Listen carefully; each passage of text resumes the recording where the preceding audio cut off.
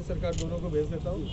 और मेरी एक और रिक्वेस्ट है, गुजारिश है कि आज के डेट में सारे लोगों ने अपने अपने गाड़ी में जो GPS जो है वो लगा लीजिए, क्योंकि बहुत सारे नियमों में, मोटर व्हीकल एक्ट में कंपलसरी नहीं है, बट बहुत सारे इतर कायदों में, जैसे अगर आप वाड़ू का मतलब ये अगर कर रहे हैं, मतलब ट्रांसपोर्टेशन, वाड़ू ट्रांसपोर्टेशन में राज्य सरकार का जो नियम है उसमें बिल्कुल ही स्पष्ट है कि आपके गाड़ी में GPS होना चाहिए।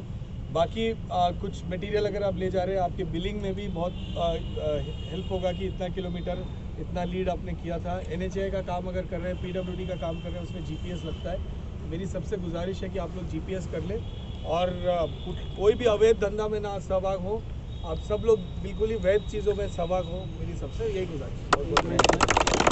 हमारा शॉट आपको बताता हूँ, ये विषय मैंने पढ़ लिया सर, आपका निवेदन मैं 100% मैं समझ गया, आपका निवेदन मैं आगे भेज देता हूँ, ठीक है। तो विषय क्या है मैडम, जो अभी नया कानून आया है कि अगर ड्राइवर के हाथ से कोई एक्सीडेंट हो जाता है और ड्राइवर अगर उसको उठाकर हॉस्पिटल ना लेकर जाए तो उस पर उसे 7 साल की सज़ा और 10 लाख रुपये दंड होगा।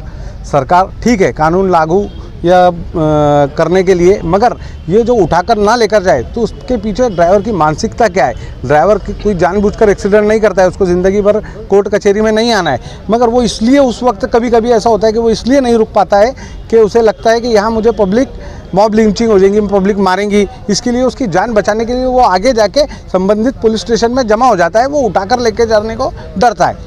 कानून ने, सरकार ने ये कुछ भी नहीं सोचा और सीधा सीधा हम पर कानून थोप दिया कि ये कानून आपको 1 अप्रैल से लागू हो जाएगा, अगर आप नहीं उठाते हैं तो आपको सज़ा। ये हम उसके निषेध के और उसका निवेदन देने के लिए साहब के पास आए, कलेक्टर साहब के पास।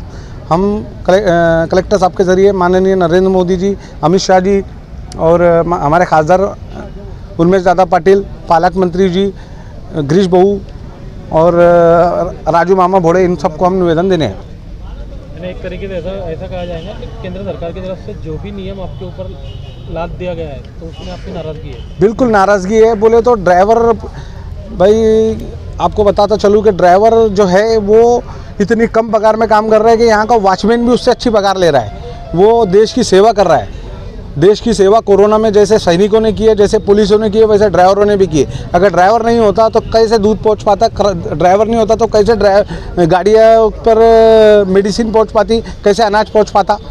ये देश को हम तो चाह रहे थे कि कोरोना काल में जो हमने सेवा की है उसका बदला हमको कुछ स्कीम के ज़रिए, गवर्नमेंट की स्कीम के ज़रिए मिलेगा, मगर ये सरकार ने कुछ भी ना सोचते हुए हम पे काला कानून लागू करके हम पे बहुत बड़ा जुल्म कर रही है।